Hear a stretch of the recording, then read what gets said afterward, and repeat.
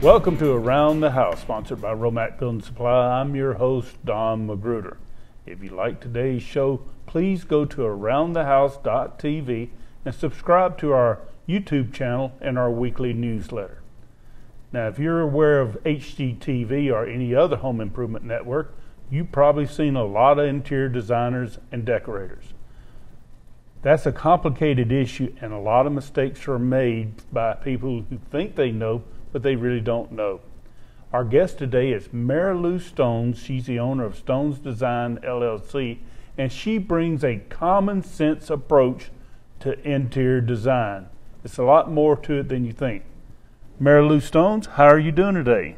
I am great. Well, Marilou, we're excited to have you here. And before we get going, take a few minutes to tell everyone about Marilou Stones and Stones Design LLC.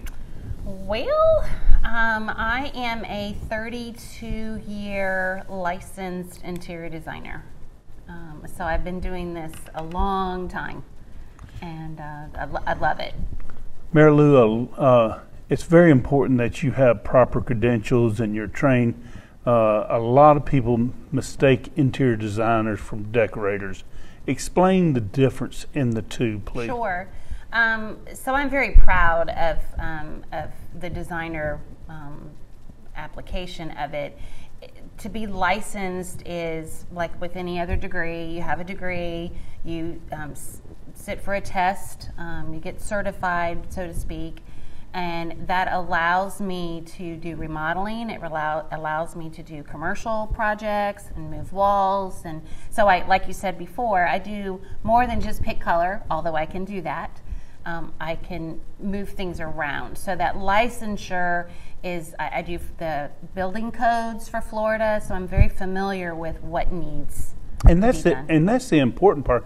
Florida's building codes have gotten so complicated, and the process has gotten so complicated that you have to understand those codes, because sometimes you can't shift a wall or vault a ceiling because the code won't let you. Am I correct in that? Correct. And again, it's very important that we obviously abide by those rules, and so it's the licensure, I think, is very important to what I do. What areas of Central Florida do you service, Marilou? Everywhere. So have car, have plane. I really service any part of the country. I know you were dealing with a client not too long ago from Wisconsin even. Mm-hmm. If someone heard anything today on the show that'd like to get more information, how can you be reached? The best way is my cell phone, and I'll give that out. It's 407-808-4011. Okay. Let's go through the process of hiring an interior designer. Mm-hmm. Say someone's doing a remodel or a new home. They said, hey, I don't know where to start. I need some help. First thing I'm going to do is call Marilou Stones at what number? 407-808-4011. What happens from there? I make an appointment. Well, I'll probably talk to them on the phone first and get some information. But what I have to do is establish what they want to do. So if it's a place where they're at, I go there. I'll look at the areas in which they want to address, whether it's just internal, where they want to try to change the function of the space, or if we actually want to blow out walls and move things around. So I really get into, okay, what do you want to accomplish? How do you want to accomplish your time frame to do that? And really, I really get into their lifestyle. Okay. How do you entertain? How do you relax? How do you fix dinner? Do you use your kitchen? Yeah. You know, all of those nitty-gritties, so that then I can kind of come back with a plan and bullet points of what they want to do. Now, do you get, for example, if someone's thinking about building a new home, mm-hmm. I take it you get involved while the plans are being drawn. I love that part. I have a meeting actually tomorrow with somebody that has just gotten started with the architect, and she said, oh, I don't have plans yet. But that's the best time to start, because really I work in conjunction with that architect, because the architect kind of looks at the architecture of it and where the windows go and how it looks from the elevation and all this. And my job really is the lifestyle. How are they going to live in that space? What's the traffic pattern? And what are they going to do with it? And that's just as important as making the house look beautiful from the outside. Okay, so you have this initial consultation. Do you charge for an initial consultation? No, I don't. Okay, I don't. so after the consultation, you determine what the project is, and I'm assuming there's a fee that's discussed. Yes, so if, and it varies, that's kind of a per project basis. If I'm building the house, then it's how many square foot are you building, and I come up with a design fee and then tell them all that I do, and I have a kind of a book to show them. Okay.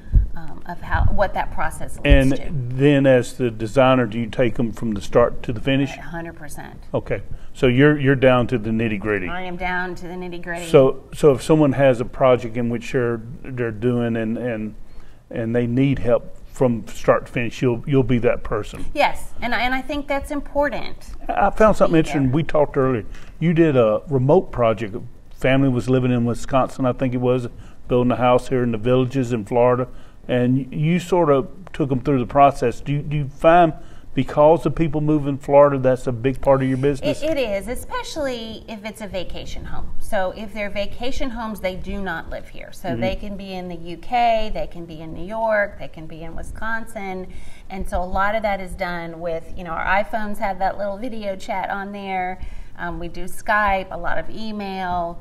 So there's lots of ways in which to converse information together. What's the biggest mistake people make when it comes to interior design? I think size. Size? I think size. Too small, too big? Both. Okay. Both, because they have a room and they go out and buy something's on sale. It's July 4th, so Memorial Day, everything's on sale, and they bring it in and it's too big or too small. They don't measure it. They don't measure it. And they don't think through that. They just go, it looks good. The $1 million question, how do you determine the style? If someone's building a $1 million home, say, what style do you put in their home?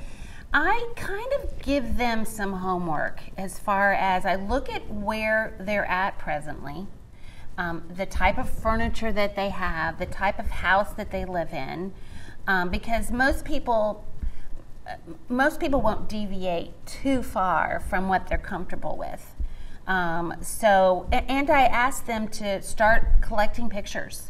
Whether you get it online or whether you throw through magazines, and what they'll find is the multiple of pictures that they create, they're all very similar. So it's their style. It is. So it's more about their style than your style. 100%. Because Okay. I'm building it for them. Certainly I will guide them to good design, and they'll ask me my opinion on what would I do, but I really preface that as, okay, this is what I would do, but it's still your house. Marilou, and a lot of people are moving down here as young retirees, and they're going to get older. Do you also prepare them for age in place? I do. I think it's important that doorways are wider, doors, so that you could put a wheelchair through. If we're going to foresee maybe grab bars, then I want to make sure that there's blocking behind the wall so that can be attached at a later point. So yes. Well, we're going to go to the Romac show and tell desk because you've got some pictures you want to show that are fantastic. Great. Please stay tuned to see some fantastic interior designs by Marilou Stones of Stones Design. See you in a moment. Welcome back to the Around the House show and tell desk. And with me is Marilou Stones from Stones Design. She's got some great proof of her designs. Now I'm showing a before picture. This is of a kitchen. It's a pretty kitchen. And Marilou, show them your after picture. You designed this. Tell us what you did, Marilou. So we kept the same cabinets, but we painted them. Oh, you painted them? Yeah, so they're a 3-step process of paint and glaze and wash. We changed the countertops and put backsplash in. It looks like you almost, what they call pickled them. Yeah, but they're kind of that gray, that new color that drillwood gray? Of white gray that we did that just brightened up the kitchen. Okay. Now here, this looks like just some plain Jane stairs. They're pretty nice, but it's plain Jane stairs. And what did we do there? So again, this is what everybody seems to have. We took the carpet off and we did wood treads. And then I took these white spindles, metal, and we painted them black. So it really gave it a sharp focus. Okay, so essentially you just added treads and you changed the whole look of this in a little paint. Yes. So in both cases, it's not major construction No. projects. It's more paint and changing the lighting and that type of Correct. stuff. Makes a world of difference, though. Show us what you got underneath there, Marilou. That's over here. Oh, this is a beautiful bathroom. So yeah, these are again kind of the trend is the white bathroom, a freestanding tub, lots of glass. Oh, that's real clean. I love the tub there. Big windows, and then A kid's bedroom, kind of fun. And again, these are Pottery Barn furniture, so not real expensive. So I use all variety of places and things. This looks like some of the designs you see on the Yeah. DIY channels. Yes. This is almost. So this was new construction. Yep.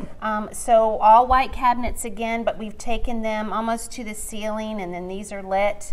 A different color island, wood floor, white ceiling. So again, very indicative of what everybody is doing right now. What are you seeing as the biggest trends? The white cabinets. White cabinet. White cabinets, and they're all the new beige color is white and gray. Oh, the new beige. The new colors are white and gray, but I caution people to do what you feel comfortable with, not just what the trend is. This is pretty. Again, and these are beiges, Yep. but this was a vacation home, very clean line, much more contemporary than most of Orlando is area. And then this was another vacation home as well. Again, very clean line, neutrals. We threw some color in, but not a lot of detail, not a lot of goop. It seems to me, and tell me if I'm wrong, I'm seeing in your designs a simplistic. You don't see the gaudiness and the opulence that cost a lot of money. Correct. Are people going to more practical designs? They are. We're just simple. You know, maintenance is a huge buzzword right now. Lifestyle. You know, how do I live free of all the stuff that I have to take And for care of? example, active adults here in Central Florida, absolutely. they don't want a clean house, don't. and they want stuff plug and play. They want to enjoy life. Are you seeing more of your designs go that way? 100%. Okay. Yes. Marilou Stones, before we go one more time, if someone had a question about any of these designs, how can you be reached? It's 407-808-4011. Marilou Stones from Stones Design, thank you for being our guest today, and thank you for watching Around the House today. Be sure to go to aroundthehouse.tv to sign up for our YouTube channel and our weekly newsletter. Until next time, we will see you around the house.